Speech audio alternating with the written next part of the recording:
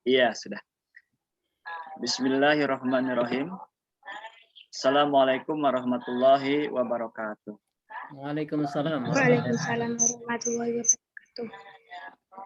Ya, yang kami hormati Bapak Momon Sudarma sebagai pemateri bimbingan learning camp persiapan KSM terintegrasi. Yang kami hormati Bapak Ibu guru pembimbing dari masing-masing madrasah atau dari masing-masing sekolah. Yang kami cintai dan kami banggakan, anak-anakku siswa SMA atau madrasah aliyah. Alhamdulillah pada saat ini kita masih bisa bersama-sama dalam kegiatan learning camp mata pelajaran geografi terintegrasi keislaman. Pertama-tama kita panjatkan puji dan syukur kehadirat Allah Subhanahu wa taala atas berkat, rahmat dan berbagai macam nikmat dan karunia dari Allah. Kita masih diberikan kesehatan, diberikan segala nikmat fisik dan nikmat yang lainnya, sehingga kita masih bisa bersama-sama untuk mengikuti kegiatan pada saat ini. Tidak lupa kita panjatkan sholawat kepada junjungan Nabi besar kita, Nabi Muhammad Sallallahu Alaihi Wasallam. Bapak Ibu guru yang kami hormati dan anak-anakku yang kami banggakan, pada saat ini ada 4 pertemuan dari serangkaian learning camp materi geografi. Insya Allah kita akan bersama dengan Pak Momon 2 kali pertemuan hari ini dan hari esok. Pertemuan ketiga dan keempatnya kita nanti akan dipandu oleh Pak Dokter Pak Wildan Taufik. Pak Wildan, Pak Dokter Wildan Taufik. Beliau adalah dosen bahasa Arab dari UIN Sunan Gunung Jati Bandung, yang insya Allah nanti akan membantu memaparkan bagaimana kaitannya geografi dengan keislamannya. Baiklah Bapak Ibu, untuk mengefektifkan waktu dan tempat, saya persilakan pada Pak Momon. Mangga Pak. Ya. Terima kasih Pak Indra. Bismillahirrahmanirrahim. Assalamualaikum warahmatullahi wabarakatuh. Waalaikumsalam warahmatullahi wabarakatuh. Alhamdulillahirrabbilalamin. Terima kasih Pak Hendra, dan juga mohon izin ke Bapak Ibu pembimbing ya, Bapak Ibu pembimbing geografi untuk ya paling tidak berbagi. Jadi posisi saya secara pribadi sih sebenarnya terbiasanya adalah sharing dengan guru-guru di MGMP. Jadi mudah-mudahan nanti kalau di pertengahan ada tanya jawab juga. Nanti kan ada tanya jawab ya Pak Hendra ya? Iya betul Pak. Nah, nanti kalau pas tanya jawab, secara pribadi saya berharap Bapak dan Ibu guru dari pembimbing bisa memberikan tambahan atau mungkin koreksi pengayaan juga kepada anak-anak kita, sehingga pemahaman terkait dengan geografi terintegrasi itu jauh lebih maksimal. Itu yang pertama. Kemudian yang kedua, untuk anak-anakku, ya selamat bergabung di pemantapan ya atau learning camp untuk KSM Geografi terintegrasi.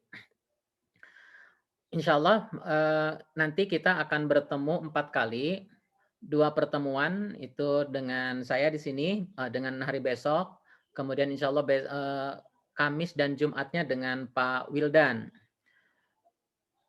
Tetapi sebelum ke pertemuan 2 dan 3 serta 4 itu, nanti setelah pertemuan kita yang pertama ini, nanti akan di-share di Google Form untuk pretest. Jadi pretestnya adalah setelah kita memaparkan ini dulu, kemudian nanti mohon izin ke Pak Hendra, mungkin 15 menit terakhir kita akan sharekan Google Form-nya ke peserta, siswa madrasah untuk pretest ya. Ya waktunya mungkin pretest bisa lebih dari 15 menit ya, karena soalnya cukup banyak dan diharapkan sih bisa dipelajari, ditelaah, dan juga dijadikan bahan untuk merumuskan ya cara belajar geografi terintegrasi pada tahap selanjutnya. Jadi sekali lagi nanti setelah pertemuan kita hari ini, di kurang lebih 15 menit sebelum jam 10 itu akan di-share-kan materi Google Form untuk pretest. Kemudian nanti untuk post-testnya insya Allah akan dilaksanakan pada hari Jumatnya setelah pertemuan terakhir. Nah, yang perlu digaris bawahi, yang pemahaman kita adalah istilah geografi terintegrasi itu memang muncul di Kementerian Agama. Tapi anak-anakku sebenarnya di kurikulum sebelum 2013 pun kita sudah terbiasa dengan geografi yang terintegrasi. Dulu Pak Presiden Habibie ya itu pernah menyebutkan bahwa untuk generasi Muslim modern gitu ya di Indonesia khususnya itu harus bisa memadukan imtak dengan iptek. Imtak itu iman dan takwa, sumbernya kalau di Islam adalah Al-Quran dan As-Sunnah. Kemudian iptek itu adalah perkembangan disiplin ilmu, diantaranya adalah geografi. Jadi sejak zaman Pak Habibie ya, presiden kita yang almarhum, tapi dia adalah mantan ketua umum ICMI yang pertama di Indonesia, Ikatan Cendekiawan Muslim Indonesia. Beliaulah yang menggagas memadukan antara iptek dengan imtak ya. Jadi yang disebut terintegrasi itu adalah pembelajaran geografi ya, khususnya geografi itu adalah dengan iman takwa, atau dalam bahasa agama kita adalah ayat alam dengan ayat kalam, atau ayat qauliyah dan ayat kauniyah, atau dalam bahasa umumnya wahyu dan ilmu kan gitu. Itu yang disebut terintegrasi.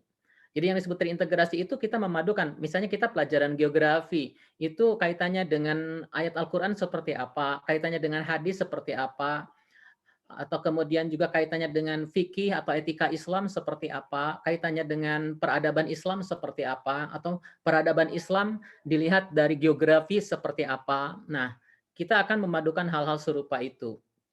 Nah, oleh karena itu, pemahaman kita yang pertama itu bahwa yang disebut terintegrasi dalam bahasa kita di madrasah ini adalah memadukan antara sejarah peradaban Islam, termasuk juga adalah sumber hukum Islam, dengan disiplin ilmu itu sendiri. Nah, bagi teman-teman yang kimia juga begitu ya, yang teman-teman fisika, biologi, matematika itu juga sama. Jadi bagaimana memadukan antara alam dengan kalam, qauliyah dengan kauniyah, wahyu dengan ilmu kan gitu. Itu yang disebut terintegrasi. Nah, kemudian yang berikutnya pemahaman dasar kita adalah, nanti mohon bantuan ke para pembimbing untuk juga memberikan penegasan bahwa yang saya tahulah secara pribadinya, mohon maaf nih, mungkin Pak Hendra nanti bisa meluruskan. Yang saya tahu selama ini itu bahwa rujukan-rujukan ayat qauliyah atau Al-Quran dan Sunnah di dalam ilmu terintegrasi ini sebenarnya belum jadi silabus, gitu ya. Jadi dalam kurikulum disiplin ilmu, misalnya kurikulum geografi yang ada di madrasah itu juga sama sih sebenarnya, persis dengan dinas pendidikan. Tidak ada silabus misalnya ketika belajar tentang litosfer harus hafal ayat ini, itu sebenarnya belum sampai ke situ. Dengan kata lain, sebenarnya sih karena belum jadi silabus, jadi belum ada ayat atau rujukan hadis yang wajib harus difahami. Sebenarnya belum sampai ke sana. Tetapi praktek di kita di Kementerian Agama itu secara implisit sudah mulai ditanamkan oleh guru-guru di lapangan untuk memadukan antara Quran dengan alam, itu dengan sains gitu. Jadi untuk anak-anakku khusus yang belajar geografi, karena memang di geografi atau di IPS itu kan bukan jurusan IIK ya, bukan jurusan ilmu keagamaan. Jadi kalau di ilmu agama kan ada hadis, ada ayat yang wajib hafal karena dipelajari jadi bagian silabus. Nah, kalau di pelajaran geografi di beberapa sekolah kan belum jadi silabus. Hanya beberapa madrasah saja. Kalau di Bandung ada beberapa madrasah itu sudah menjadikan salah satu materinya, bahan dasar pembelajarannya adalah ayat Al-Quran atau hadis. Jadi itu wajib dihafal. Nah, oleh karena itu, yang paling pokok ketika belajar tentang geografi terintegrasi adalah mengandalkan kemampuan memahami.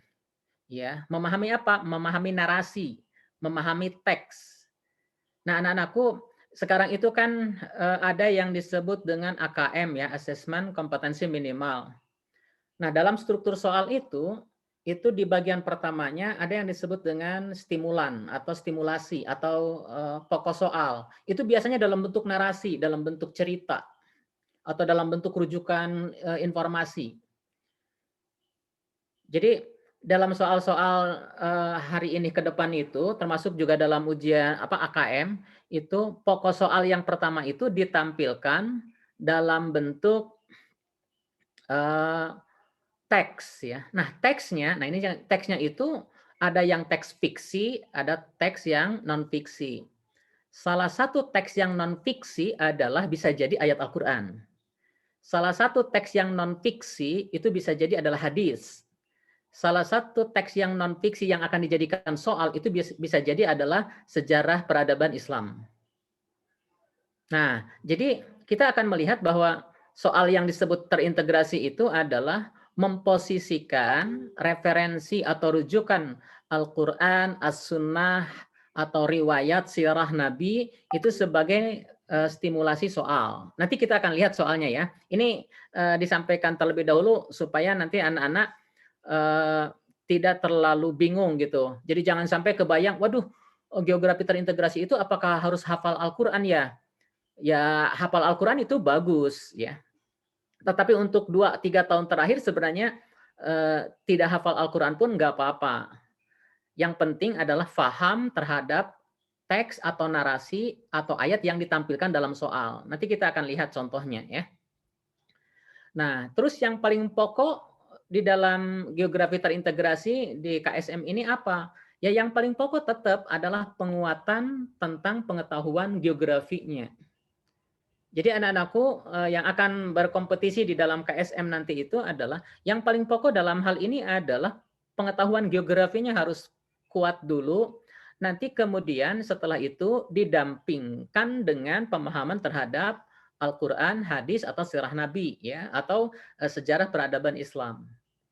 Jadi secara umum sih memang untuk bisa berkompetisi di KSM Madrasah ini pengetahuan agamanya itu harus kuat gitu kan.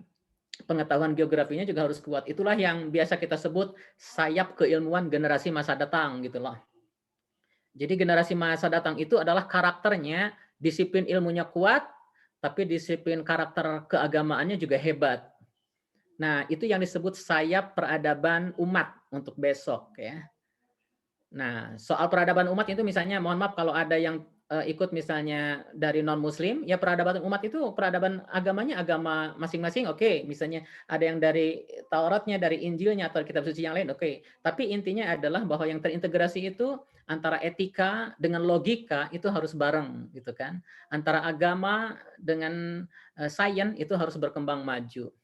Nah, itu pemahaman dasar ya. Jadi untuk peserta KSM, untuk geografi terintegrasi, paling tidak 5 poin ini menjadi pengetahuan dasar kita bahwa yang disebut terintegrasi itu adalah ayat alam dengan kalam, wahyu dengan ilmu itu dipadukan.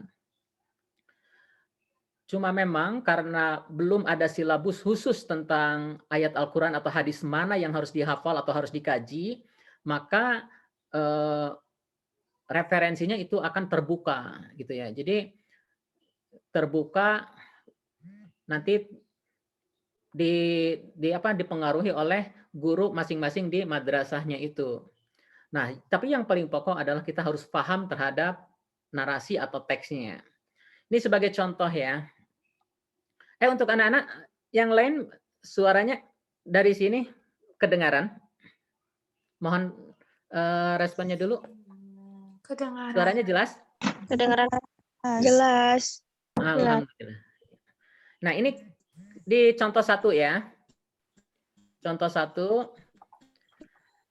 Ini saya ambil soalnya itu dari wilayah, mungkin ada yang dari Jawa Timur ya, IAIN Sunan Ampel ini. Ini yang membuatnya Sunan Ampel. Ini contohnya adalah dalam sirah Nabi terungkap Nabi Daud alaihissalam diperintahkan untuk memanfaatkan besi sebagai alat untuk berperang atau senjata, seperti pedang, pisau, tombak, panah, atau baju perang. Dalam surah Al-Anbiya ayat 80 diterangkan, dan kami ajarkan kepada Daud membuat baju besi untuk kamu gunakan memelihara kamu dalam peperanganmu. Maka hendaklah kamu bersyukur kepada Allah. Itu ayat Al-Qur'annya ya. Pertanyaan geografinya, tahapan perkembangan ekonomi di zaman Nabi Daud sudah masuk pada tingkat apa? Kan gitu loh. Nah, jadi kembali lagi seperti yang tadi diungkapkan di pengantar, yang paling pokok kan sebenarnya memahami teks ayat ini. Kita mohon maaf ya, kita nggak mesti hafal ayatnya sih dalam teks Arabnya. Nanti sebenarnya pada tahapan 2020 kemarin ya yang online itu ada teks bahasa Arab. Nah, tapi intinya untuk yang soal seperti ini kan tidak mesti hafal bahasa Arabnya. Yang kita pentingkan adalah faham terhadap isi ceritanya kan. Misalnya di sini adalah dalam surah Al-Anbiya ayat 80 diterangkan bahwa Allah Subhanahu wa taala mengajarkan kepada Daud untuk membuat besi. Pertanyaannya adalah perkembangan ekonomi zaman Nabi Daud itu sudah masuk pada tingkat apa kan begitu. Nah, sekarang minta bantuan nih anak-anak. Siapa yang mau coba komentar? Kira-kira kalau ada pertanyaan seperti ini, jawabannya apa ya? Silakan, atau mungkin nanti raise hand dulu, nanti Pak Hendra membuka mikrofonnya supaya tidak rame langsung. Ada yang mau coba? Untuk contoh soal, ini baru contoh soal pertama. Kira-kira jawabannya apa ya? Gitu. Silakan. Ada yang mau coba? Sekalian berkenalan ya.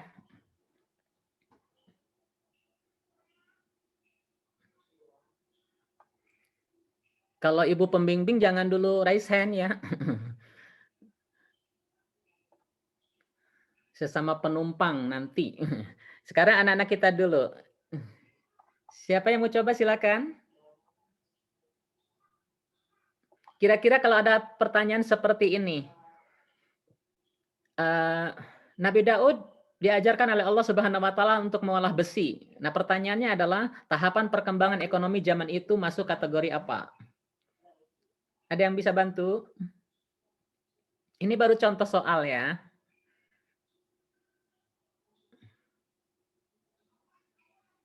Ada? Ada yang jawab A?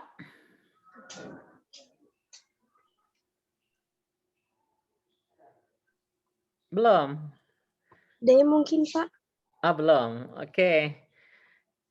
Yang pertama ada memburu dan meramu ya, food gathering. Atau ini biasanya untuk food gathering ini adalah mengambil makanan dari hutan. Ya, mengambil makanan dari hutan. Sudah pasti kan jawabannya kan bukan ini kan? Karena di sini mengolah baju besi, ya. Kemudian agriculture. Agriculture itu kan pertanian ya. Nah, di sini mengolah besi, berarti bukan jawaban, kan gitu. Kemudian nomaden. Nomaden artinya apa? Nomaden pindah-pindah ya. Orang Baduy itu, orang Baduy atau Badwi. Kalau di Arab itu Badwi ya. Jadi masyarakat Arab di zaman Rasulullah itu pada waktu itu masih banyak tuh Badwi, Baduy. Orang Baduy itu pindah-pindah. Jadi misalnya dia mengembalakan kambing dari satu tempat pindah lagi ke tempat lain. Itu namanya nomaden. Itu ekonomi nomaden gitu ya. Sama dengan di Mongolia. Jadi Genghis Khan waktu menjadi Kublai Khan, maaf, itu kan ketika peradaban Islam juga sampai ke Mongol, itu mereka itu adalah nomaden ya. Kemudian ada extractive industry. Extractive industry itu contohnya adalah mengolah daun teh ya. Jadi diekstrak. Jadi kalau misalnya ada daun teh diekstrak jadi minuman atau buah-buahan diekstrak jadi jus ya atau jadi makanan yang siap jual di minimarket atau supermarket itu namanya diekstrak.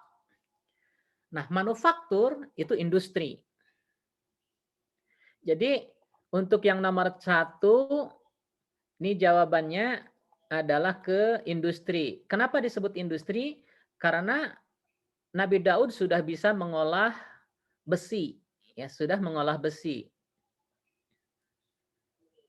Mengolah besi menjadi pisau, pedang, tombak, panah, segala macam. Berarti dia sudah ada industri besi waktu itu, ya itu manufaktur. Nah, jadi yang paling pokok kan tetap kan kita bisa lihat bahwa yang paling pokok itu paham terhadap ayat Al-Qur'an yang ditampilkan di sini, kemudian pengetahuan geografinya, ya. Sebelum dilanjutkan, ada pertanyaan, silakan.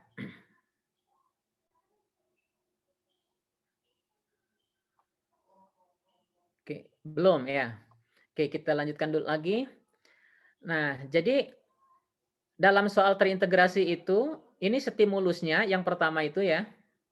Jadi stimulus itu yang ini ya.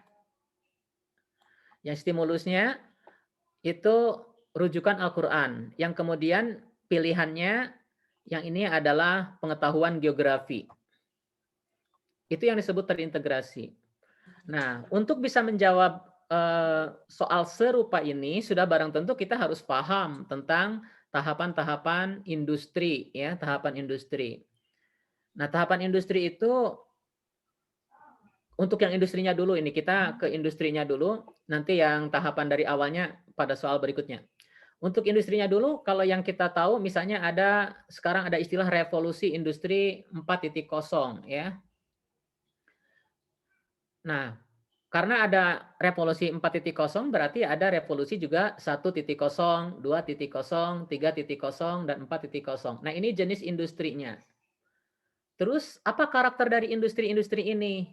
Nah, karakter industri-industri ini adalah kalau revolusi industri 1.0 itu namanya penggunaan mesin uap yang paling dominan gitu ya. Jadi yang paling dominan itu adalah penggunaan mesin uap dalam industri, yaitu revolusi industri pertama di Prancis dan di Inggris. Ya. Di Inggris itu revolusi industrinya, kemudian revolusi sosialnya di Prancis. Nah, pada waktu itu ditemukan batu bara untuk kereta api, untuk pabrik segala macam. Nah, ini namanya revolusi industri 1.0. Kemudian ketika industri itu beralih ke 2.0 itu sudah menggunakan bahan listrik dan bahan bakar. Bahan bakarnya bisa bahan bakar batu bara atau maksud itu minyak bumi ya. Itu revolusi industri 2.0. Kemudian revolusi 3.0 itu menggunakan mesin. Mesinnya sudah mulai mesin elektronik ya. Dan informasi. Jadi sudah mulai dikenalkan komputer.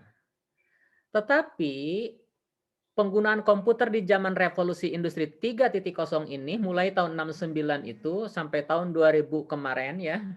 Itu masih sebatas komputer hanya untuk komputer. Yang terhebat hari ini yang orang sebut sebagai revolusi industri 4.0 itu adalah komputernya seluruhnya terintegrasi oleh jaringan internet. Makanya ada yang disebut IoT ya, IoT, Internet of a Thing. Jadi internet untuk segala sesuatu hal. Kemudian juga ada artificial intelligence, ada robot-robot cerdas ya, karena dia menggunakan otak buatan. Sekarang kan sudah mulai banyak ya robot yang digunakan untuk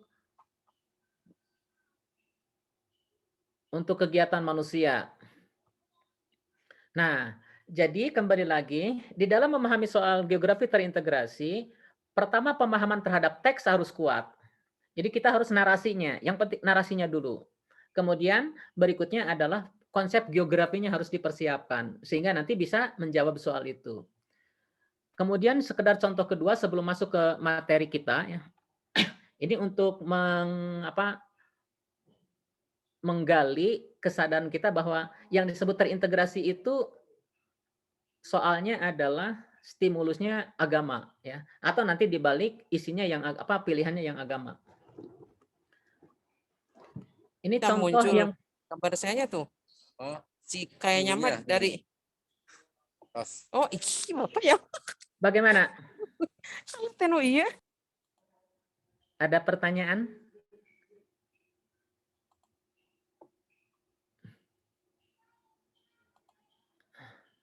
Ya, mangga dilanjutkan Pak Oke, Romo. siap. Contoh yang kedua, ini soal yang kedua ya. Anak-anakku mohon untuk dilihat ulang nih. Kita baru pada slide ketiga nih, slide keempat. Dan itu hanya baru membuka cakrawala. Sebenarnya seperti apa sih gitu loh soal geografi terintegrasi gitu. Nah, contoh yang kedua adalah seperti ini. Rasulullah Muhammad SAW di masa muda berprofesi sebagai pebisnis. Bisnis yang dilakukannya ini kerjasama, waktu awalnya kan kerjasama dengan Siti Khadijah ya. Siti Khadijah itu konglomerat kalau dalam bahasa kita, konglomerat perempuan, wanita karir di zaman Rasul. Bisnis yang dilakukannya yaitu berniaga ke negeri Syam atau kawasan Palestina, Lebanon, dan negeri Suriah zaman sekarang. Nah, itu soalnya dengan menggunakan sirah Nabi. Kalau tadi kan menggunakan ayat Al-Quran ya, yang pertama itu. Diulangi. Kalau yang ini kan menggunakan ayat Al-Quran. Nih, Quran surat Al-Anbiya. Ya, Quran surat Al-Anbiya. Nah, kalau contoh yang kedua menggunakan sirah Nabi, sejarah Nabi Muhammad. Nanti pengembangan soal bisa jadi menggunakan SKI yang lebih luas ya. Tapi intinya sejarahnya yang akan sejarah itu akan dijadikan soal. Jadi dalam soal ini Rasulullah Muhammad SAW di masa muda berprofesi sebagai pebisnis atau pedagang. Kalau bahasa di sejarah Nabi mah disebutnya pedagang. Zaman modern kita ya disebut bisnis atau pengusaha. Bisnis yang dilakukannya yaitu berniaga ke negeri Syam atau kawasan Palestina, Lebanon, negeri Suriah zaman sekarang. Bila dilihat dari aspek geografi, perjalanan dagang Rasulullah termasuk contoh dari, nah gitu. Pertama, interaksi ke ruangan. Dua, distribusi dan relasi. Tiga, pola keruangan. Empat, keanekaragaman ruang. Maksudnya yang kelima pendekatan ke ruangan. Nah, kira-kira jawabannya apa ya gitu.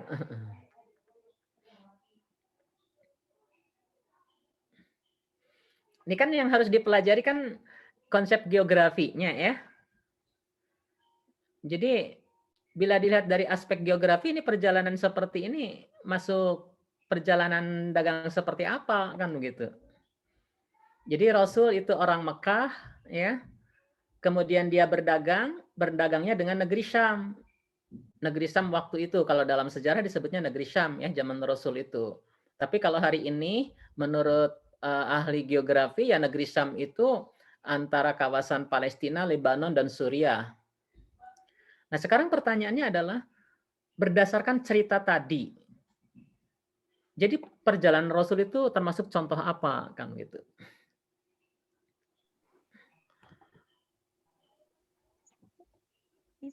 Nah, sudah barang tentu karena ada dua kota ya saling bekerja sama ya. Ini disebutnya adalah interaksi keruangan, betul ya. Nah, jadi soal geografi terintegrasi itu adalah stimulusnya bisa agama, bisa sejarah, bisa Quran, bisa hadis. Nanti opsinya yang dipahami adalah harus konsep-konsep geografi.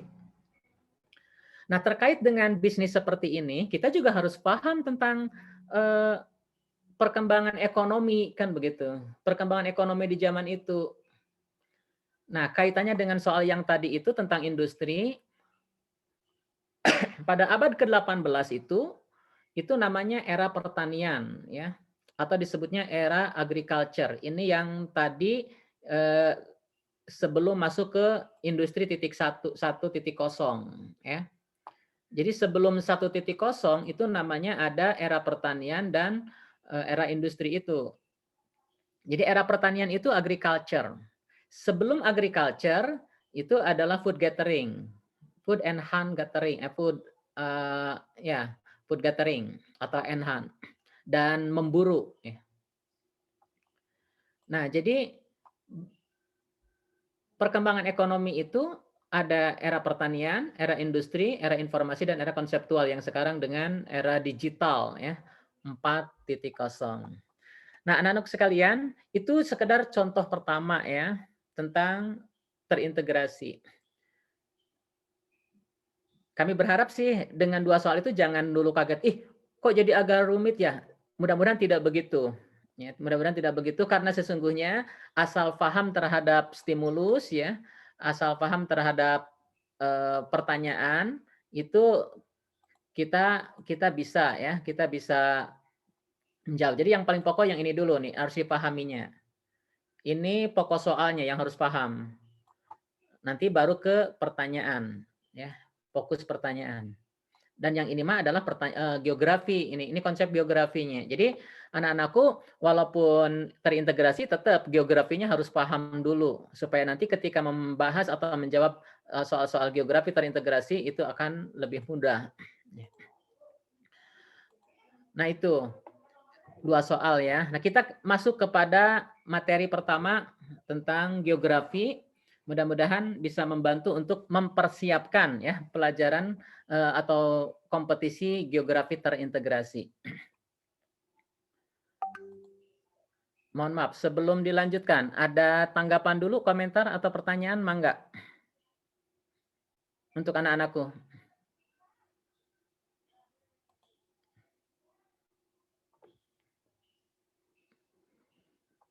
Karena kita belajar ya, jadi usahakan ada komunikasi ya. Khawatir misalnya suara tidak jelas, terlalu cepat atau kurang difahami. Kan yang namanya kita mas sekarang learning camp dalam pengertian ini mah kan belajar ya.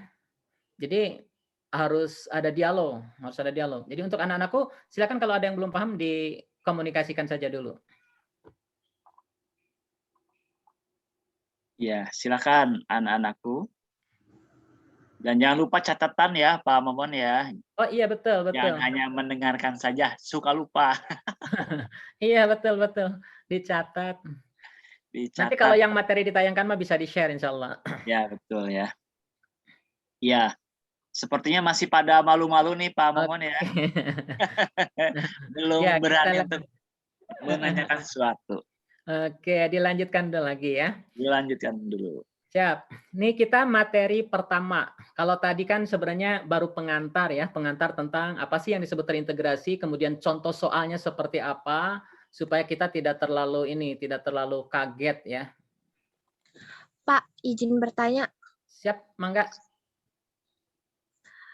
Contoh keanekaragaman ruang itu gimana ya Pak? Kan kalau interaksi ke ruangan itu dari tempat satu ke tempat yang lain kan Pak.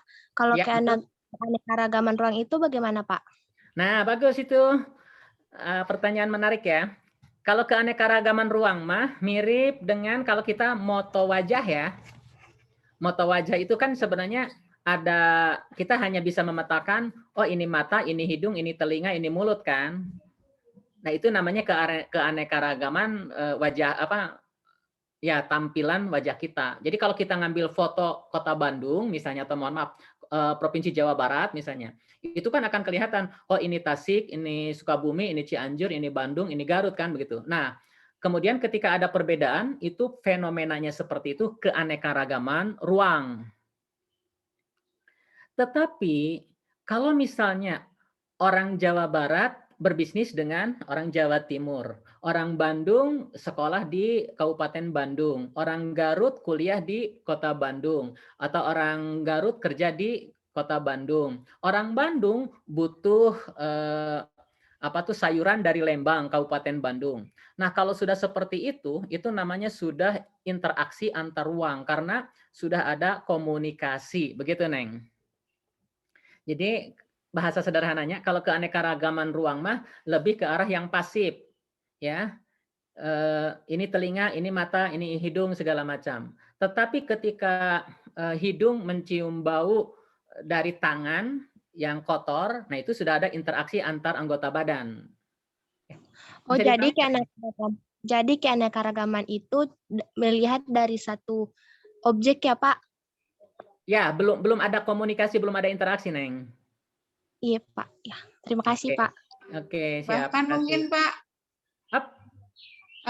saya masih kurang jelas untuk yang keanekaragaman ruang. Mungkin kalau menurut saya keanekaragaman ruang itu masing-masing ruang itu punya khasan sendiri-sendiri, tapi belum terjadi interaksi dengan ruang yang lain, dengan wilayah yang lain. Betul. Misalnya, ya begitu ya Pak? Iya, betul, Bu. Jadi Oke. keanekaragaman ruang itu fenomena yang memang setiap daerah punya unik. Bandung punya unik, Garut punya unik, Sukabumi punya unik, Malang punya keunikan, Bali punya keunikan. Nah, itu mereka punya keunikan tersendirinya. Itulah yang disebut keanekaragaman ruang. Tetapi ketika sudah ada interaksi, ketika ada komunikasi, ketika ada bisnis, jadilah yang disebut dengan interaksi keruangan. Itu betul, Bu, begitu. Jadi anak-anakku kalau yang namanya interaksi sudah ada hubungan. Nanti kan ada hubungan ketergantungan, ada hubungan saling bantu, intervensi, kan kayak gitulah ya. Nanti Pak. bahasan di kelas berapa? 12 ya kalau di SMA. Betul, Bu, begitu. Jadi untuk anak-anakku yang mudahnya mah, kalau anekaragaman ruang mah itu sudah kelihatan beda. Ini warna hijau, kuning, segala macam. Bandung, Garut, Jawa Timur, Jawa Barat, Bali itu beda-beda. Dia punya keunikan masing-masing. Tapi kalau interaksi, dia sudah ada hubungan timbal balik.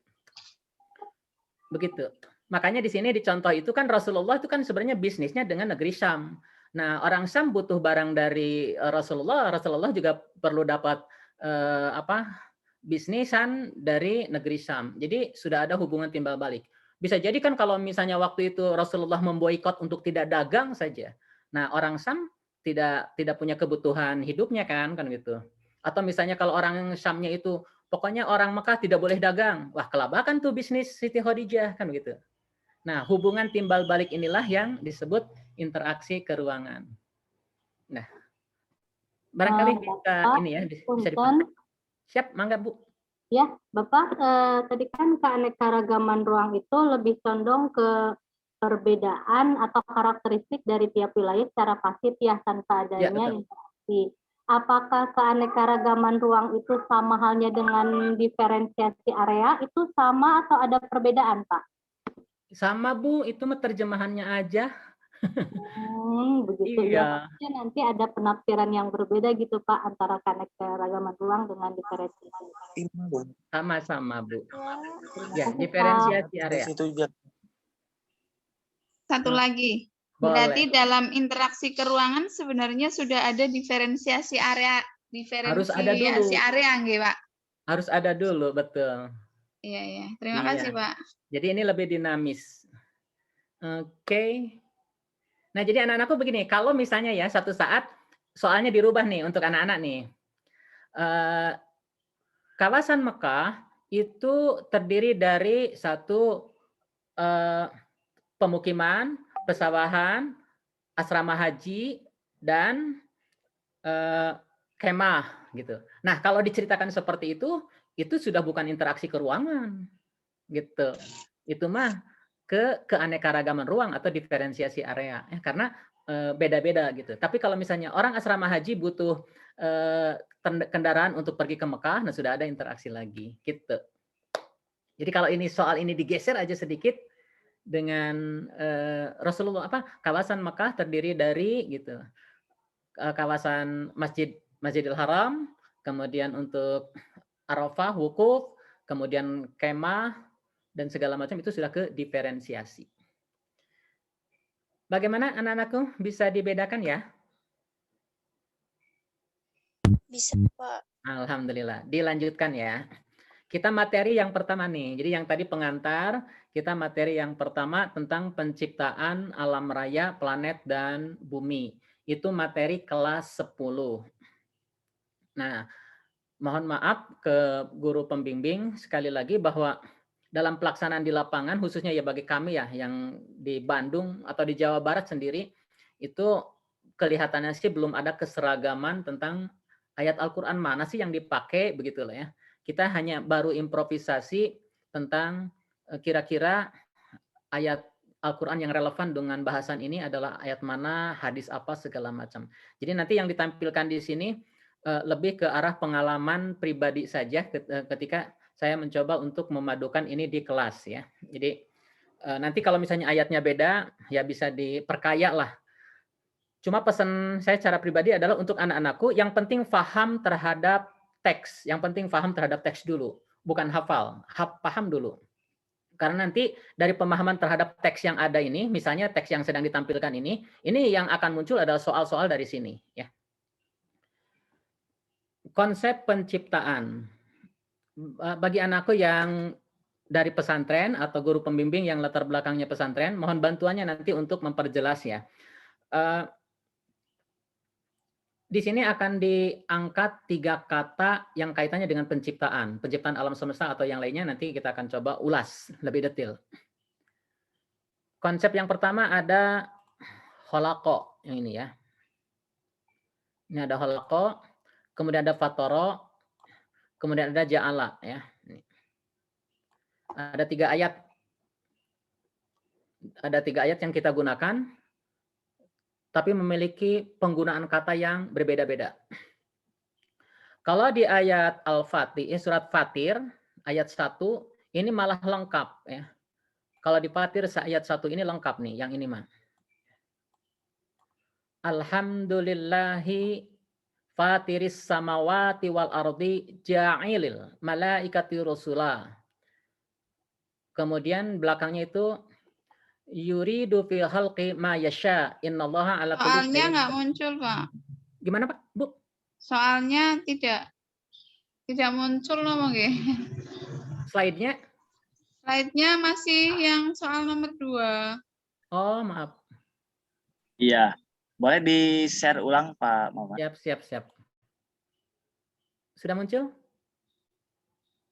Sudah. Sudah. Oke. Maaf ya. Nah, ini di sini ada konsep penciptaan. Konsep penciptaan khususnya kalau di surat Fatir ayat 1 ya, surat ke-35 ayat 1. Itu ada kalimatnya alhamdulillahi fatiris samawati wal ardi, kemudian ja'ilil malaikati rusula gitu kan. Kemudian di bagian tengahnya ada kalimat yuridu fi khalqil ma yasha. Di akhir kalimat innallaha ala kulli syai'in qadir. Anak-anakku yang belajar bahasa Arab atau yang dari pesantren mungkin sudah terbiasa ya.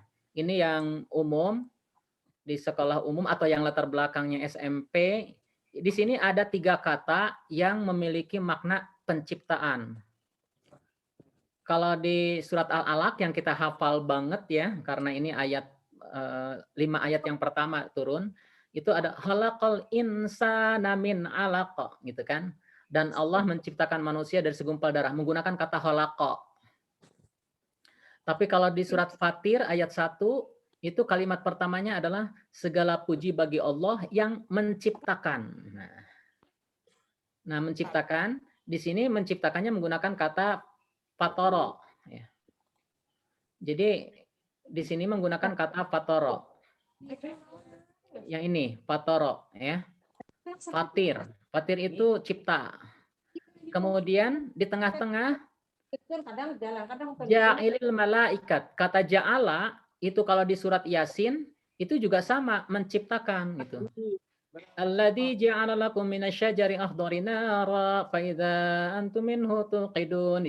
Ya, yaitu Allah yang menjadikan atau yang membuat atau yang menciptakan api untukmu.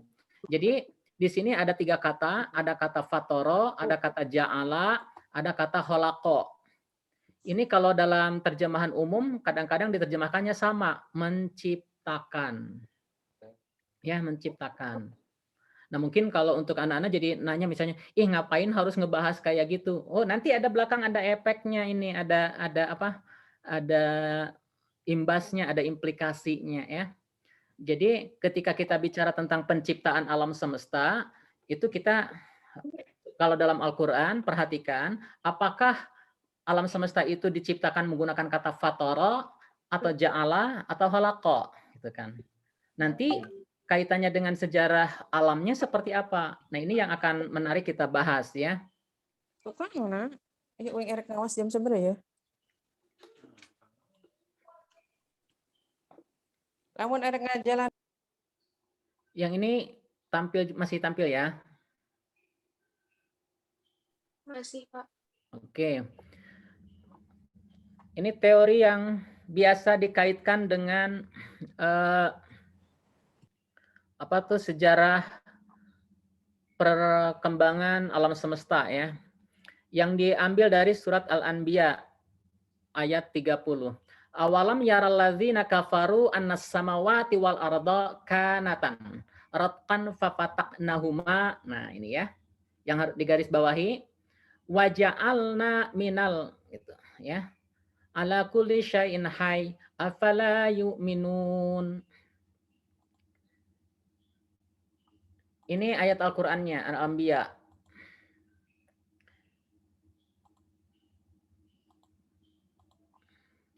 Jadi di dalam surat Al-Anbiya ini, kalau terjemahannya adalah, dan apakah orang kafir tidak mengetahui bahwa langit dan bumi keduanya dahulunya menyatu. Dalam bahasa Arabnya, kanatan ratqan fafataqnahuma, kemudian kami pisahkan antara keduanya. Dan kami jadikan segala sesuatu yang hidup berasal dari air. Maka, mengapa mereka tidak beriman? Kan gitu ya. Ini ayat Al-Qur'annya. Kalau menggunakan ayat seperti ini, kemudian dimunculkan tuh pertanyaan, ya. Kira-kira teori apa ya yang paling yang menggambarkan hal serupa ini, kan gitu. Kan kita guru geografi bisa bertanya nih, berdasarkan firman Allah surat Al-Anbiya ayat 30, kesan yang terpahami oleh kita penciptaan alam semesta sesuai dengan teori apa kan gitu ya. Nanti kan ada teori nebula, kemudian ada teori Big Bang, kemudian ada teori keadaan tetap segala macam kan gitu. Ya. Jadi dari sini nanti bisa diturunkan tuh. Diturunkan menjadi sebuah pertanyaan. Nih pertanyaannya misalnya. Kan ini masih esai ini ya. Dari ayat yang tadi itu, yang ini, ayat 30, muncul pertanyaan, apa bukti bahwa bumi dulu bersatu dengan langit? Coba apa buktinya? Kan gitu. Kemudian, apa penyebab utamanya? Kenapa bumi dan langit dulunya bersatu, sekarang berpisah? Apa buktinya? Terus, kalau berpisah, apa yang akan terjadi pada esok berikutnya? Kan berpisah. Kan kalau dalam bahasa anak muda kan, kalau berpisah terus apa lo yang akan terjadi padamu? Kan begitu. Bete. Nah, itu kan. Nah, jadi kalau bumi dan langit itu berpisah seperti yang diungkap dalam ayat ini ya. Ini kan kemudian kata Allah Subhanahu wa taala, kemudian ratqan fafataqnahuma, kemudian kami pisahkan antara keduanya. Pertanyaan esainya adalah, bila terus berpisah, apa yang akan terjadi di esok hari? Apalagi kalau ada pertanyaan berikutnya di sini. Dan kami jadikan segala sesuatu yang hidup berasal dari air. Pertanyaannya, mengapa setelah ada pemisahan muncul air? Nanti nama airnya air apa? Kan begitu. Kan ini kan seolah-olah kalau gambaran ayat ini mah, alam semesta dulunya bersatu, kemudian misah, ya. Setelah misah, pertanyaannya adalah di sini, dan kami jadikan segala sesuatu hidup berasal dari air. Loh, kok ngomongin air gitu loh. Pertanyaannya adalah jenis airnya air apa yang muncul? Kan gitu. Atau pertanyaan yang kelima, mengapa Allah Subhanahu wa taala menggunakan kata ja'alna untuk berkisah tentang awal mula ini? Itu kan ini ada kalimat waja'alna minal ma'i kullasyai'in hayy gitu. Dan aku jadikan gitu dari air segala sesuatu yang hidup. Bahasa kitanya kalau ke sini kenapa tidak menggunakan wahalaqna? Kenapa tidak wahalaqna gitu ya? Dan aku ciptakan tapi menggunakan kata waja'alna kan gitu. Ya. Nah, jadi dari ayat ini ternyata bisa turun pertanyaan-pertanyaan geografi tuh. Pertanyaan geografi yang pertama adalah teori apa yang paling cocok? atau maaf ya, bahasanya sih yang lebih halus adalah kesan yang terungkap dalam firman Allah Subhanahu wa taala ini sesuai dengan teori apa kan gitu ya. Kayaknya ada yang bisa jawab deh. Coba anak-anakku, kira-kira jawabannya apa ya?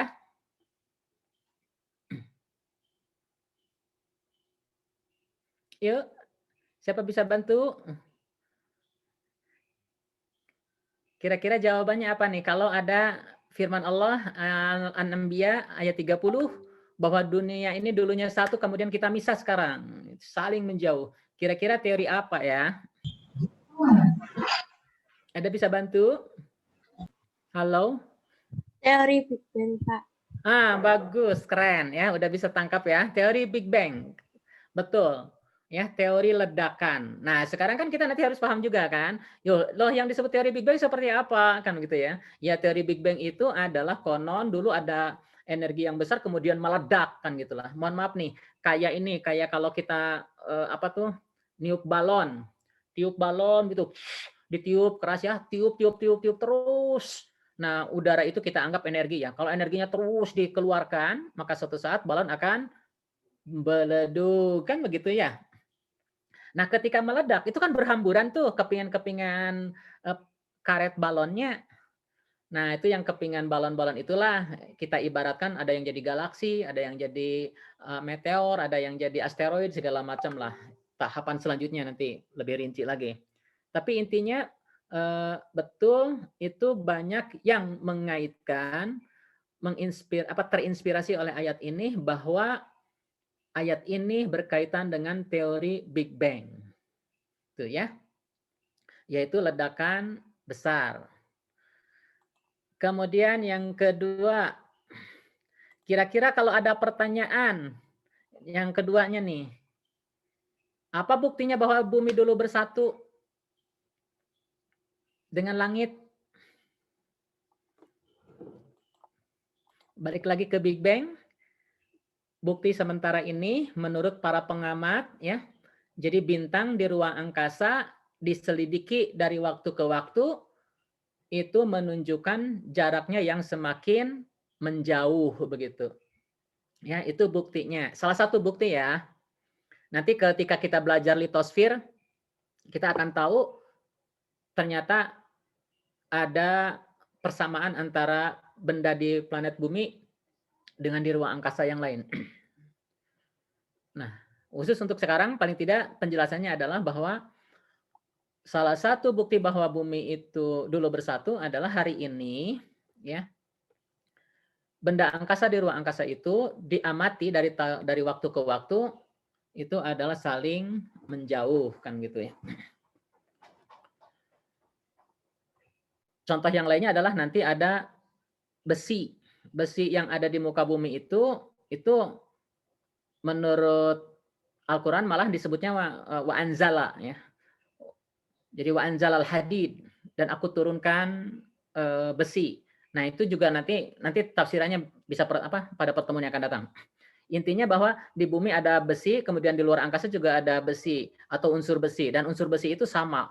Dengan kata lain bahwa unsur besi yang ada di bumi dengan unsur besi yang ada di ruang angkasa itu diduga adalah ada kemiripan. Nah, karena ada kemiripan berarti dulunya adalah satu proses yang sama. Penjelasan berikutnya nanti insya Allah akan ketemu.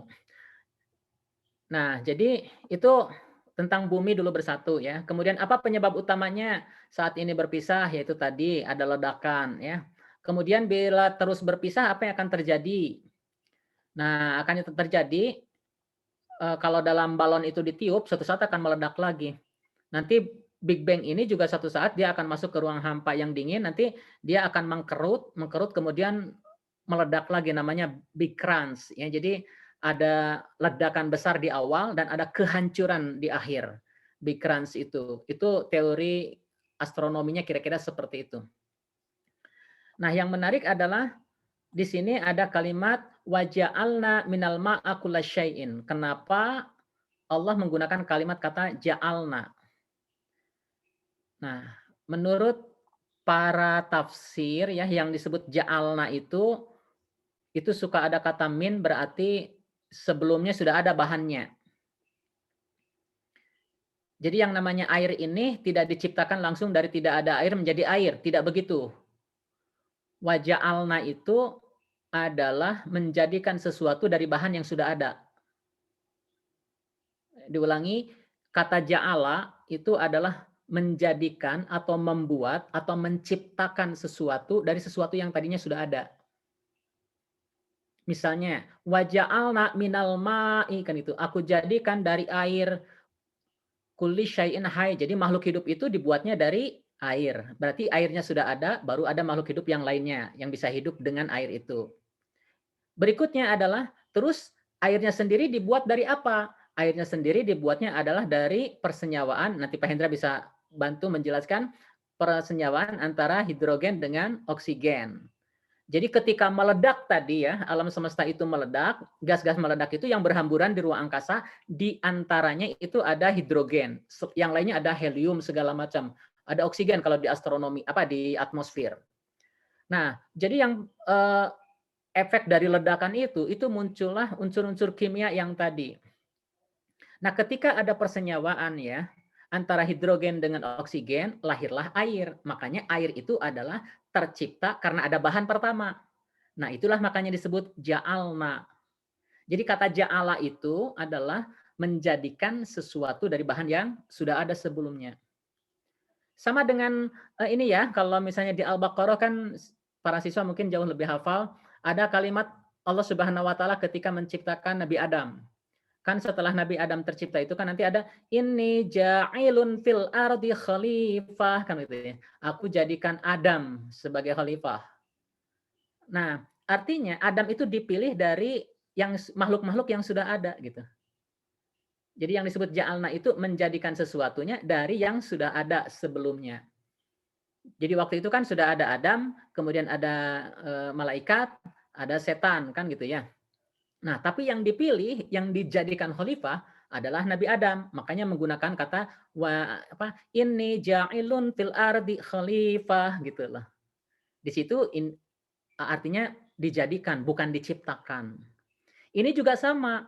Kenapa air itu menggunakan kata ja'alna? Karena memang air itu terbuat dari yang bahannya sudah ada. Gitu ya. Nah, jadi penciptaan alam semesta itu dari bahan yang sudah ada. Ada kata ja'ala dan ada kata khalaqo. Kembali lagi ke awal, ayat ini kelihatan? Kelihatan ya, insya Allah. Nah, kalau di sini kan alhamdulillahi fatiris samawati wal ardi. Jadi Allah itu menciptakan langit dan bumi menggunakan kata fatoro. Fatoro ini artinya adalah diciptakan dari tidak ada. Nah, dari tidak ada itu apa? Itu tadi yang disebut Big Bang. Tadinya nggak ada sesuatu, ketika terjadi ledakan, barulah langit dan bumi ada. Jadi bahasa agamanya mah kun fayakun begitu. Jadi dari tidak ada kemudian diciptakan, fatoro namanya. Tapi kalau sudah ada bahannya, kemudian membuat sesuatu, namanya ja'ala. Ya, memilih. Sebelum dilanjutkan, Mangga, silakan kalau ada pertanyaan. Maaf Pak, izin bertanya. Yo, Mangga. Kan silakan. tadi ja'alna itu membuat sesuatu yang tadinya sudah ada ya Pak. Nah, sedangkan fatir tadi berarti yang belum ada, sedangkan holakna itu maksudnya apa Pak? Kenapa di situ menggunakan ja'alna? Kenapa nggak menggunakan holakna aja? Terima kasih Pak. Bagus. Khalaqa itu adalah menciptakan yang baru juga sebenarnya. Jadi baru baru ada barangnya, tapi bahannya juga sudah ada sih sebenarnya. Itu kalau jadi para ulama gini menerjemahkannya. Kalau fatara dari tidak ada. Kalau khalaqa dari bahan yang ada menjadi makhluk yang baru. Jadi yang makhluk yang barunya ini beda. Misalnya gini, khalaqal insana min alaq. Allah menciptakan manusia, makhluk manusia. Dari alaqah, alaqahnya itu kan sebenarnya hanya segumpal darah, tapi jadi makhluk yang cerdas kan begitu. Nah itu, jadi dari bahan-bahannya itu terjadilah, kalau bahasa kita mah inovasinya kelihatan perbedaannya, khalaqah itu. Mungkin itu Neng, jadi perbedaannya. Tapi mohon maaf, ini memang kalau misalnya ditelaah lebih lanjut, ya ada irisan, ada kadang-kadang persamaan, iya itu betul. Tapi untuk secara umum ya, bahwa fatara itu digunakan untuk hal yang dari tidak ada, dari yang kun fayakun itu ya. Kemudian kalau khalaqa diciptakan melahirkan hal yang baru tapi dari bahan-bahan yang sudah ada. Misalnya khalaqal insana min alaq, khalaqal insana min turab gitu kan. Menciptakan manusia dari tanah, dari air, dari alaqah gitu. Itu bahannya ada gitu. Begitu. Baik, Pak. Terima kasih ya, Pak. Yo, siap. Ada yang lain? Kita lanjutkan ya. Kemudian dalam penciptaan langit. Nah, ini mulai akan ramai dengan pertanyaan tadi Sineng itu ya. Alladzi khalaqas sab'a samawati tibaqa, kan gitu ya. Yang menciptakan 7 langit berlapis-lapis. Di sini menciptakan langit 7 tapi menggunakan kata khalaqa. Nah, gitu kan? Kenapa tidak fatara kan gitu kan? Kalau tadi alhamdulillah ini fatara samawati wal ardi. Kalau di sini kok alladzi khalaqas sab'a kan gitu. Nah, penjelasannya katanya itu adalah Ulan? Ya, maaf di-share ulang lagi, Pak. Ada beberapa peserta yang belum tampil. Apa ininya nggak kelihatan? Iya, ada beberapa peserta mungkin yang tidak pindah itunya, Pak. Oke, siap diulang lagi. Iya. Sudah bisa kelihatan, Neng? Sudah, Pak. Kalau di saya sudah. Kita pindah ke sini ya. Penciptaan langit ini sama untuk para siswa nih penting. Kalau Pak Hendra mah udah hafal nih. Para siswa yang harus lihat. Mohon tanggapannya dari anak-anak. Kelihatan yang Al-Mulk ayat 3? Kelihatan, Pak. Ya, sudah, Pak. Ya. Pak. Oke, nih. Tadi pertanyaan dulu Pak ya Neng siapa nih? Yang tadi bertanya bagus itu, kenapa tidak langsung menggunakan kata khalaqanya? Tapi di ayat Al-Mulk ini ayat 3 menggunakan kata khalaqa gitu ya. Alladzi khalaqas sab'a samawati tibaqa kan gitu ya. Yang menciptakan 7 langit berlapis-lapis. Kok ini mah menciptakan langit menggunakan kata khalaqa, tidak menggunakan kata fatara? Nah, gitulah kan pertanyaan si Neng tadi kan itu ya. Ya ini mah dan memang langitnya kan sudah ada tadi di ledakan pertama. Ya. Jadi langit itu terciptakan pada waktu fatara samawati meledaknya Big Bang itu kan terjadi ledakan besar gitu loh. Nah, ketika ledakan besar itu sudah ada bahan-bahan gitu loh. Sudah ada bahan-bahan itu. Cuma kan kita nggak tahu apakah masih nebula gitu kan. Atau sudah menjadi menggumpal, kita belum tahu. Tahapan berikutnya Allah khalaqa sab'a samawati, menata ya. Menata menjadi apa? Oh, langit diciptakan menjadi berlapis-lapis gitu ya.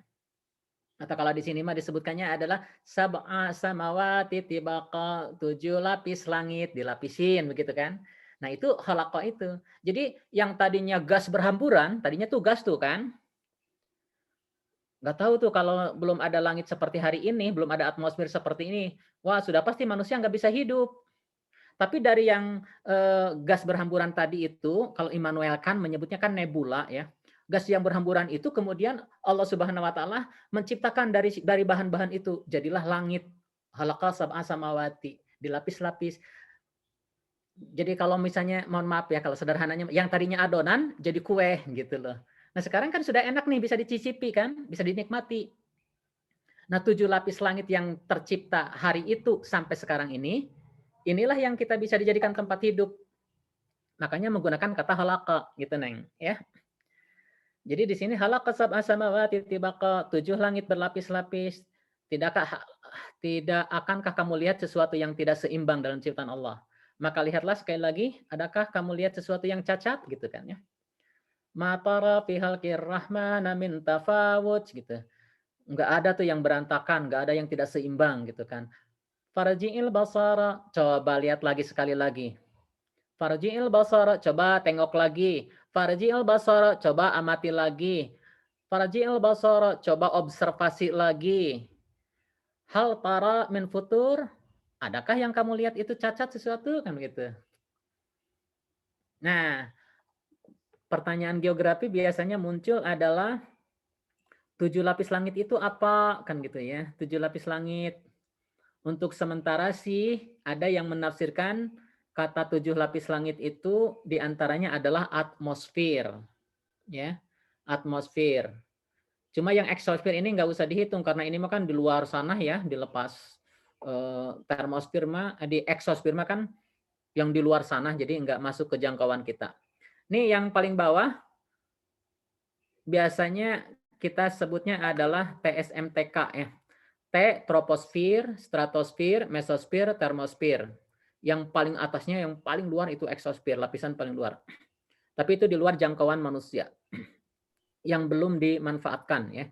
Yang sudah termanfaatkan itu sampai termosfer di sini. Kalau dihitung ya dari troposfer, nah kalau dihitung dari troposfer, maaf, ini satu ya, ini satu troposfer. Kemudian ada lapisan transisi di geografi namanya tropopause ya. Kemudian yang kedua stratosfer. Jadi ini sudah ada 3 nih. Yang keempat ada stratopause. Yang kelima ada mesosfer. Yang keenam ada mesopause-nya, kemudian yang ketujuh adalah termosfer. Maka orang geografi atau beberapa ilmuwan menyebutkan bahwa yang disebut dengan sab'a samawati tibaqa itu adalah lapisan atmosfer. Wallahu alam bisawab ya, boleh percaya boleh tidak, atau misalnya boleh setuju atau tidak itu terserah, tapi paling tidak salah satu tafsiran bahwa khalaqas sab'a samawati tibaqa itu adalah atmosfer. Ya. Nah, nanti kalau misalnya, tapi Pak, kan yang lain ada yang mengartikannya banyak. Iya, betul. Jadi kalau kita mengkaji Al-Quran, kata sab'a di dalam Al-Quran, satu, bisa dihitung kuantitatif, ya, dalam arti terbatas, mutlak, kuantitatif mutlak, yaitu misalnya 7. Angka 7 ini adalah setelah 6 sebelum 8. Itu yang disebut kuantitatif mutlak. Ya. Tapi ada juga yang kuantitatif yang relatif, yaitu yang jumlahnya tak terbatas. Kan misalnya ya, kalau di Indonesia kan suka ada cerita gini, dia mah orang kaya loh, kayaknya emang banyak uangnya, iya uangnya juga nggak bakalan habis deh 7 turunan mah, kan gitu ya. Nah jadi kalau ada orang bilang, kok kayaknya banyak banget loh, nggak bakalan habis dengan 7 turunan, artinya 7 turunan itu nggak bakalan habis sampai kapanpun begitu, atau dalam waktu jangka panjang. Ya walaupun dalam bahasa guyonan anak-anak kita kan kadang-kadang, kamu kan anak orang kaya, iya sih. Terus kenapa kamu miskin? Dan saya mah orang ke-8 gitu kan. Kata nenek juga kekayaannya cuma untuk 7 turunan, turunan ke-8-nya miskin kan begitu. Enggak gitu juga kan. Tapi intinya maksudnya itu adalah kata khalaqas sab'a samawati itu satu tafsiran mengatakan sab'a itu berlapis 7 dalam arti mutlak, yaitu setelah 6 sebelum 8. Yang kedua, sab'a itu adalah artinya banyak. Kenapa disebut arti banyak? Karena setelah eksosfer ini kan kita wallahu alam bisawab ya, langit ada berapa lagi kan gitu ya. Nah, jadi ayat ini terkait dengan atmosfer. Nah, nanti kalau mau ada pertanyaan geografinya, itu kan bisa ditanyakan di sini.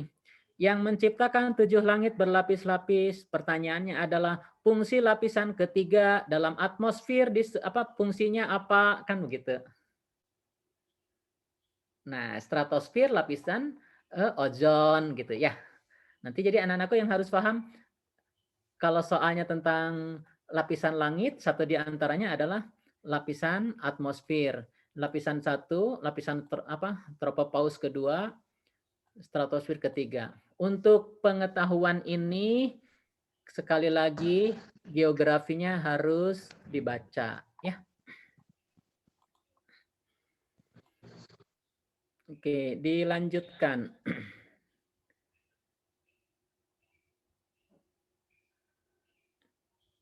Slide-nya sudah pindah? Pak Hendra, maaf. Sudah. Oke, udah ya. Sudah, Pak. Nah, ini kemudian ada Al-Quran Surat Fussilat ya, ayat 11 dan 12. Kemudian ada kalimat sumastawa ilas sama'i wahiyya dukhon. Nah, ini. Faqala laha wal ardi. Kemudian berkatalah kepada bumi.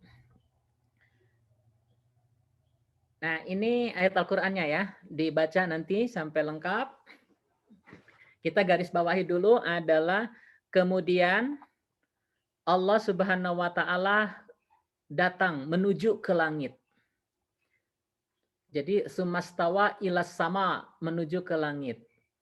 Wahia dan langit duhon. Nah, gitu kan.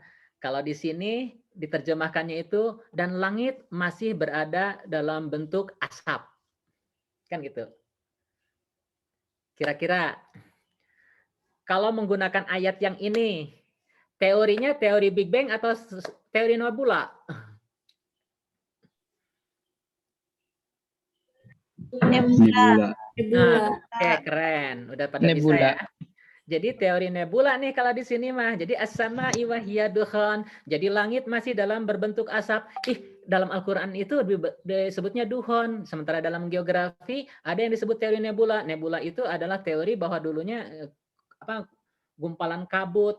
Cuma mungkin orang geografi kan pasti protes nih, Bapak Ibu pembimbing kan pasti protes. Bukankah teori nebula dengan teori Big Bang itu sama-sama teori? Iya sih, makanya kita harus susun ulang nih, jangan-jangan yang pertama meledak dulu, nah ketika meledak kemudian berhamburanlah jadi debu. Nah kemudian dari jadi debu itulah, debu-debu itu, nebula-nebula itu menggumpal jadi benda angkasa gitu. Kalau saya sih memahaminya jadi seperti itu. Jadi teori Big Bang dulu, nanti berhamburan jadi duhon, nah dari duhon jadilah seperti benda angkasa ini. Nah begitu ya.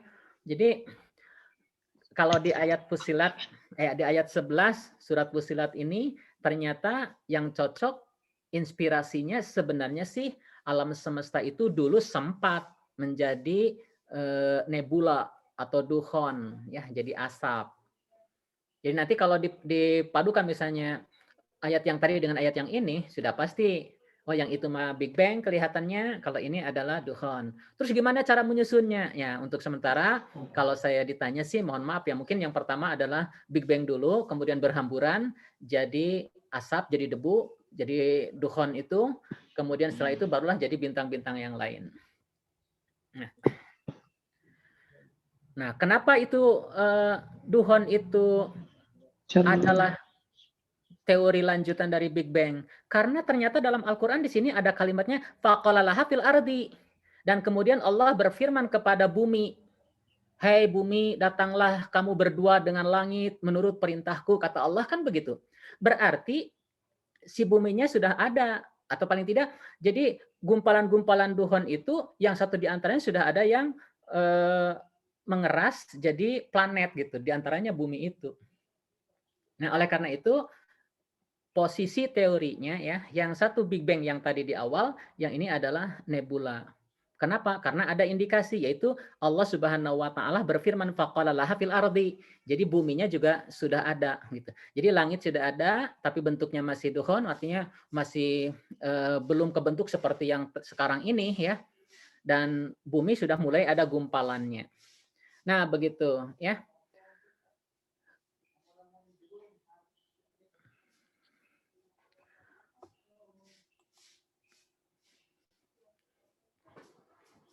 Kemudian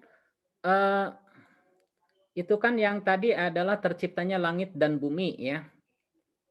Sekarang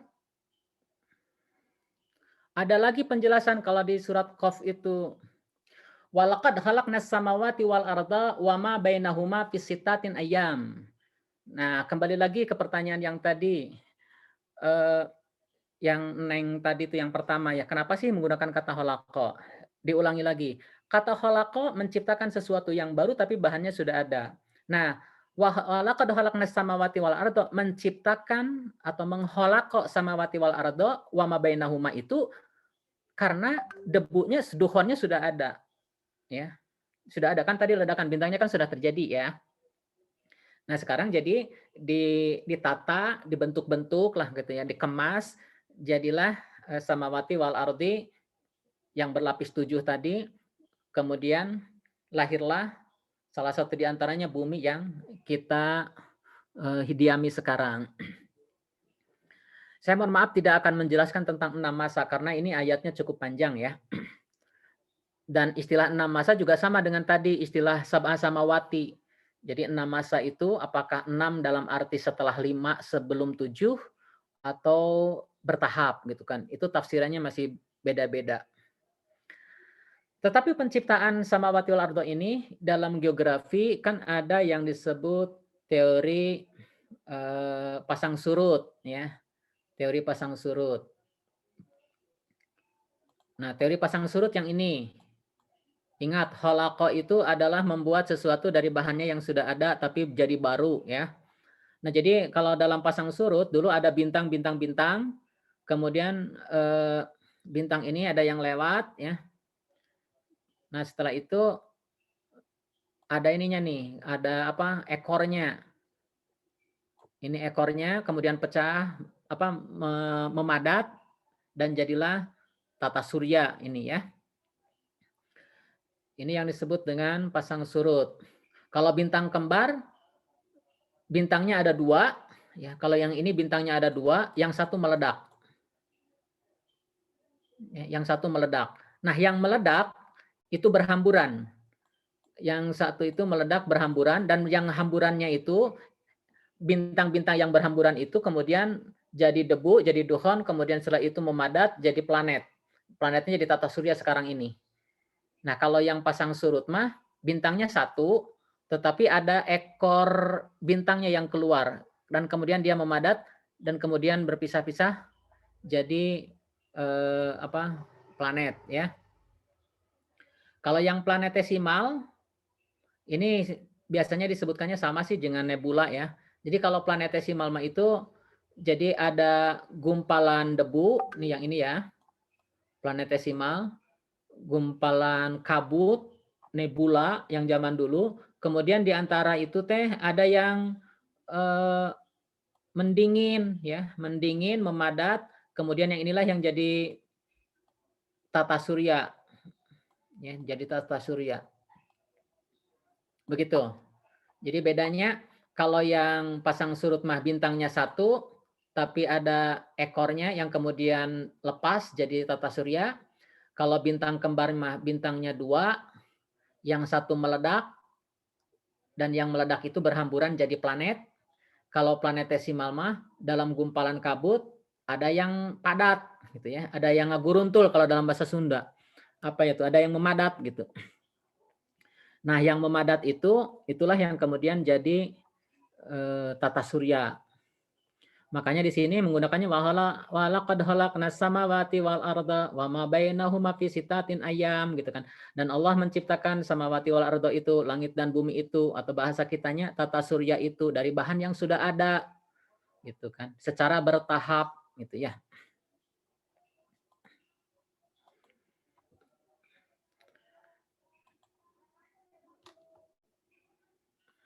Nah, kemudian berapa sih jumlah benda angkasa? Wah, benda angkasa jumlahnya banyak ya. Ini kalau yang sudah hafal Al-Haqqah ya, fala uqsimu bima tubsiruna wa ma la tubsirun. Al-Haqqah ya. Maka aku bersumpah demi apa yang kamu lihat dan demi apa yang tidak kamu lihat. Jadi yang terlihat itu bintang-bintang ini sebagian yang kelihatan. Jumlahnya sih sebenarnya banyak, makanya miliaran ya. Nah, terus istilah basoro di sini, basoro itu observasi ya. Jadi kayaknya menarik sama ya, basoro dengan observasi itu kelihatannya satu akar kata ya, kelihatannya. Mohon maaf, sebenarnya bahasa Inggris itu dengan bahasa Arab. Tapi saya kadang-kadang jangan-jangan gitu observasi itu dari kata basoro gitu. Observasi itu kan mengamati dari jarak jauh. Jadi fala uqsimu bima tubsirun itu adalah Allah Subhanahu wa taala bersumpah bahwa benda langit itu ada yang sudah bisa diobservasi gitu lah. Dan juga wama la tubsirun, dan ada yang belum bisa diobservasi sama kita. Jadi jumlahnya sangat banyak ya.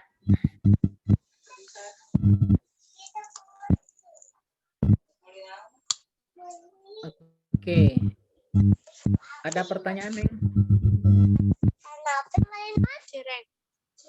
Kalau tidak ada kita loncat saja ya karena waktunya. Pak Indra tinggal 30 menit ya? Betul Bapak, sudah jam betul. 9.30. Oke, Neng nih langsung ke pola soal ya. Nanti pola soal kan tadi sebenarnya masih banyak ya informasinya. Kalau Al-Quran memang cukup banyak sih, sangat kaya. Tapi ini karena waktunya 30 menit lagi. Ini contoh soal nih di KSM 2018. Ini sebenarnya karena sudah beredar di ini ya, di apa? Harusnya ini harus slideshow. Maaf. Supaya jawabannya nggak muncul maksudnya. Ini tampil Pak Hendra? Tampil Pak. Oke, nih anak-anakku soal KSM itu polanya beda-beda. Ya, polanya beda-beda. Ini pola yang pertama. KSM nomor 1 ya tahun 2018 untuk tingkat kabupaten atau kota. Soalnya serupa ini. Allah menjadikan bumi dan langit untuk manusia. Di dalam firman-Nya Allah menciptakan langit sebanyak 7 lapis. Lapisan langit dalam kajian geografi diartikan sebagai lapisan udara atau atmosfer. Lapisan atmosfer yang menunjang kehidupan di permukaan bumi secara berurutan dari bawah ke atas adalah, ini soal KSM 2018. Yuk, siapa yang mau bantu? Neng. Enggak, Pak. Hah? Oh iya. Yang A. Yang ya. Ini A ya. Yang paling memudahkan nanti di apa nih ya, disingkatnya itu TSMTK. Kalau saya dulu menyebutkan TSMTK itu apa? Tasikmalaya apa ya TK-nya? Tasikmalaya tukang kain atau apalah, maaf untuk orang Tasik. Jadi TSMTK ya. T-nya troposfer, S-nya nanti stratosfer, M-nya mesosfer, kemudian T-nya termosfer, K-nya eksosfer yang paling luar. Tapi di sela antar itu ada pausnya, ada jedanya ya. Nah, jadi betul jawabannya adalah A. Yang kedua, KSM nomor 6 2018. Kabupaten kota juga. Allah menciptakan manusia dan menjadikannya berbangsa-bangsa dan bersuku-suku supaya saling mengenal. Kelompok suku bangsa Indonesia bersatu dalam satu kesatuan wadah NKRI. Kelompok suku bangsa Indonesia apa ya?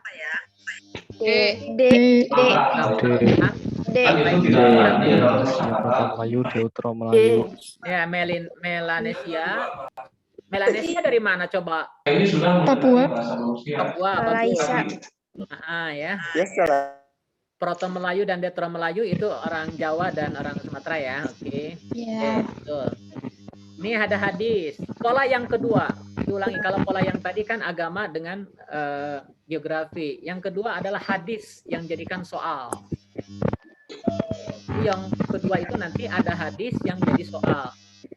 Dari riwayat Abu Daud, Rasulullah bersabda, barang siapa yang menebang pepohonan, maka Allah akan mencelupkannya ke dalam neraka.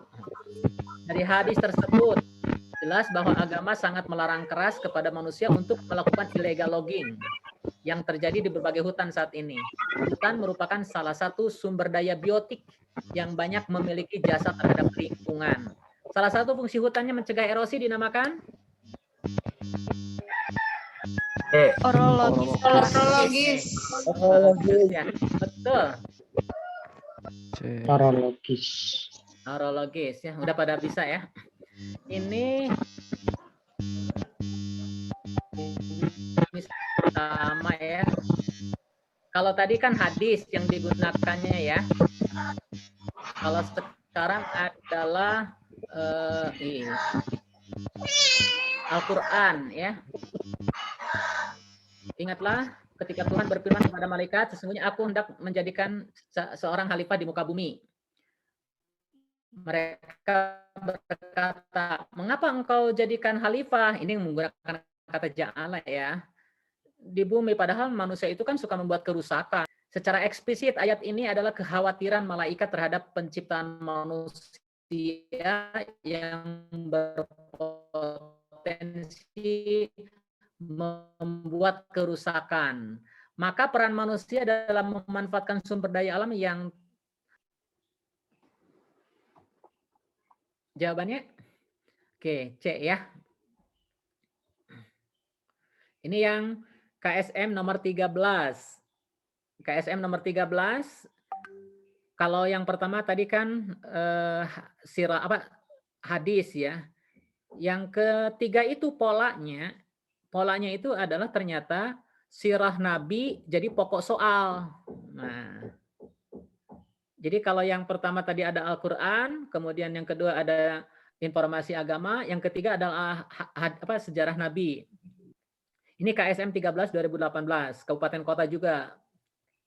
Nabi Muhammad SAW mendapatkan perintah dari Allah untuk melakukan Isra dan Mi'raj pada tanggal 27 Rajab tahun ke-10 kenabian.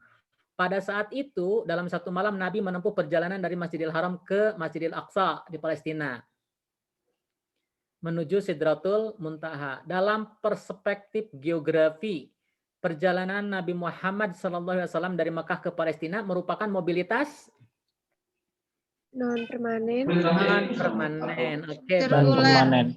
iya, Mbak, keren ya. Ini pola yang keempat. Kalau tadi sirah Nabi, yang keempat juga sejarah peradaban ya, kasus Islam. Mekah adalah sebuah kota yang sangat penting, tempat diturunkannya agama Islam sebagai jalur perdagangan yang ramai, menghubungkan Yaman dari selatan dan Syria di utara, dan juga pusat pemerintahan. Aspek penyebaran penduduk pada kota Mekah yang tepat adalah aspek Ekonomi. Ekonomi. keren, ya. Ini pola yang keempat ya, jadi kasus Islam. Ini mah buatan kita. Perilaku dengan etika Islam. Di sejumlah daerah terjadi gejala pencemaran, baik pencemaran udara maupun pencemaran air dan tanah. Perilaku serupa merupakan tindakan yang dilarang dalam Islam. Tindakan dimaksud adalah kabair, ismun, fasad, atau jahil. Jahil. Fasad. Perusakan lingkungan. Fasad. Alhamdulillah, fasad ya. Oke, ini man lewat ya. Ini teori ke ayat Al-Quran. Siapa bisa jawab nih? Alam semesta telah berumur jutaan tahun. Allah Subhanahu wa taala berfirman bahwa bumi dan langit dulunya pernah bersatu. Penjelasan ini dapat ditemukan pada firman Allah ayat mana? Al-Anbiya. Al-Anbiya. Fatir. Yang jawabnya. Al-Anbiya. Yang bilang Al-Anbiya mana kata kuncinya? Yang Fatir mana kata kuncinya? Al-Anbiya teh. Kata kuncinya mana? Kanata ratqam fapatakna huma. Alhamdulillah ya. Kanata ratqan fapatakna huma ya. Oke, seperti itu ya. Alhamdulillah. Yang bisa disampaikan, Pendra. Jadi itu adalah contoh bentuk soal ya, contoh bentuk soal yang terkait dengan geografi terintegrasi. Jadi geografi terintegrasi itu polanya ada yang sejarah Islam kaitkannya dengan agama, ada ayat Al-Qur'an dikaitkan dengan agama, ada hadis yang dikaitkan dengan agama, ada cerita atau narasi ya, informasi kaitkannya dengan agama atau dibalik ya, dari geografi ke ayat Al-Qur'an, dari geografi ke perilaku atau fikih. Gitu. Sebelum ke pretest, nanti pretest mau di-share nih di grup. Harus diisi hari ini ya. Maka kalau ada yang mau ditanyakan dulu. Iya, silakan anak-anak yang mau ditanyakan. Tadi juga kita sudah ramai ya berdiskusi. Silakan ada lagi yang mau ditanyakan. Pak Momon, kalau hari ini pre-testnya atau post-testnya jam berapa? Langsung saja dari sini di-share. Insya Allah hari ini. Ya, di link ini. Silakan ya. Nah. Di link Zoom, bisa Pak? Di ini, di Google Form ya? Oh, ya di-share-nya ke grup aja ya? Boleh Pak, di grup saja. Iya. Karena belum belum dikirim kan harus di ini dulu ya, di edit dulu, dikirim gitu. Iya, siap Pak. Iya, silakan ada yang mau ditanyakan. Tadi kita sudah melihat beberapa tipe-tipe soal. Kalau ini Pak Momon nih, ya saya sendiri tertarik nih dari tipe-tipe soal itu ya. Misalkan nih, Ya, daftar hadir insya Allah nanti dibagikan Bu ya sebentar lagi ya. Berapa persen Pak? Soal kan tadi ada tipenya hadis Quran. Quran pertanyaannya geografi. Hadis pertanyaannya geografi. Ada juga yang geografi pertanyaannya Quran. Itu perbandingannya Pak, banyakan tipe yang mana tuh? Apakah Quran hadis pertanyaan geografi atau geografi pertanyaan hadis Quran? Kalau Misalkan dari 40 soal atau berapa soal? Nah, kalau di riset itu belum riset Kang, Abi memang punten nih untuk anak-anakku. Saya jadi belum ngedeteksi itu. Cuma memang dari tahun 18, 19 dan 20 itu sebenarnya sih jumlah yang terintegrasinya yang mohon maaf ya, yang dimaksud dengan integrasi ada Quran dan hadisnya itu masih kurang dari 10 soal lah ya. Karena yang lainnya itu lebih ke arah nanti ada pola yang ke-6 ya. Pola yang ke-6 itu, pola yang ke-7 mungkin ya. Pola yang ke-7 itu hanya memunculkan istilah atau aktor. Misalnya gini. Allah menciptakan hujan. Hujan itu kemudian meresap ke dalam tanah. Nah, pertanyaannya adalah proses hidrologinya termasuk kategori apa kan gitu. Nah, di situ hanya memunculkan nama Allahnya saja sih sebenarnya. Karena kalau dihapus nama Allahnya juga kan sama. Ketika ada hujan turun masuk ke dalam perut bumi, namanya infiltrasi kan gitu. Nah, contoh serupa itu juga cukup banyak. Jadi ada soal-soal yang sifatnya itu lebih ke arah nama aja yang diganti.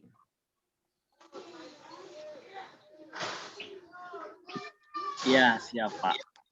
Ya, Bapak mungkin ada rujukan buku sumber atau apapun itu, Pak, untuk anak-anak kita? Oh, siap. Nanti dengan di-share KSM ya. ini. Nanti di-share. Di-share di grup. Ya, siap, Pak. Anak-anak silakan, kita ada waktu sekitar 20 menit lagi sebelum ke jam 10 waktu Indonesia Barat. Alhamdulillah sudah ada 101 partisipan Pak yang hadir pada saat ini. Silakan langsung saja dibuka mikrofonnya bagi yang mau bertanya, masih penasaran tentang KSM ini ya, soal-soal KSM. Pak, untuk pretestnya diberi waktu atau Google Form-nya misalnya dibuka sampai jam 12 malam atau gimana, Pak? Maunya gimana? Bebasin aja ya? Bebasin aja ya? Iya Pak, Ya Pak, dibebasin. bebasin aja. Bebasin aja ya sambil belajar. Oke. Karena ini makan kita tidak cari juara-juaraan ya, belajar. Iya. Boleh, insya Allah. Baik Pak, terima kasih.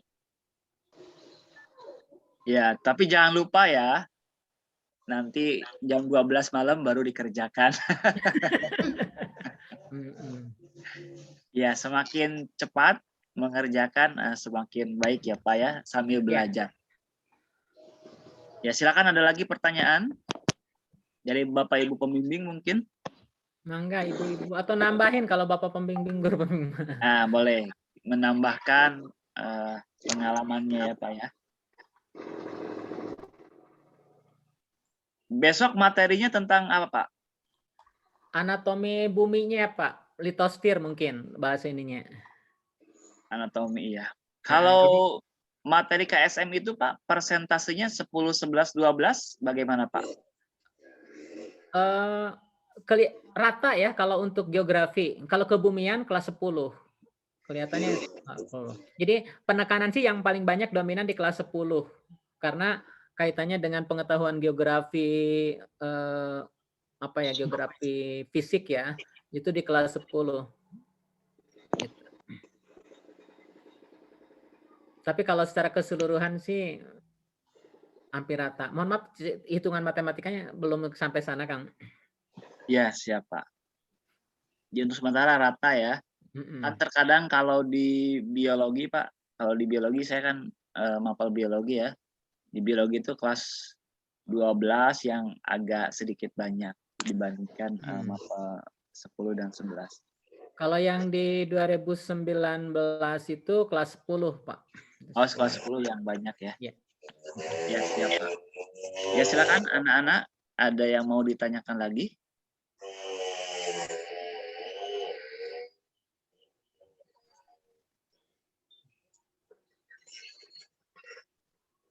Rekaman insya Allah akan dibagikan ya nanti rekamannya.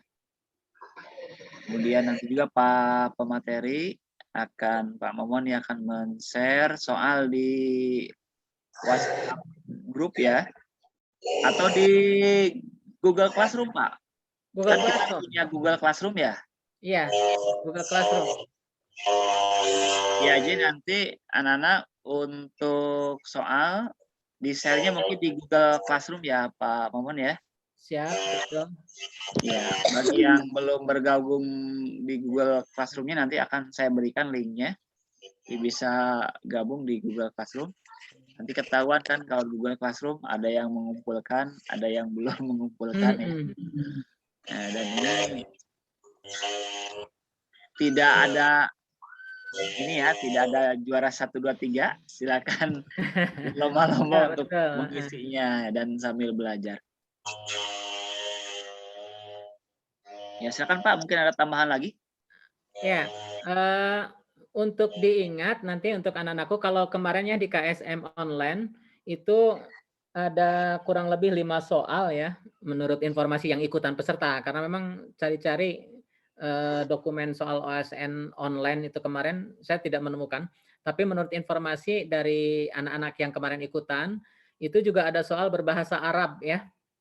Jadi kurang lebih katanya sih antara 5 atau 6 butir soal. Jadi bagi Ananda yang latar belakangnya bukan dari pesantren, ya ayat-ayat yang tadi mohon untuk sedikit difahami lah minimalnya istilah-istilahnya ya. Semacam tadi ada yang fafataqnahuma kami pisahkan, kemudian sab'a samawati tibaqa ya, 7 langit berlapis. Nah, itu istilah-istilah itu minimalnya harus bisa difahami. Yang khusus kaitannya dengan geografi. Karena nanti kalau di online melihat contoh yang tahun kemarin online itu ada yang bahasa Inggris dan bahasa Arabnya. Nah, insya Allah kebetulan kalau di geografi nanti pertemuan ketiga dan keempat itu Ananda akan bisa bertemu langsung dengan dosen bahasa Arab yang paham tentang tafsir Quran gitu. Jadi selain mendalami makna Qurannya, tapi juga sambil dialog tentang bahasa Arabnya.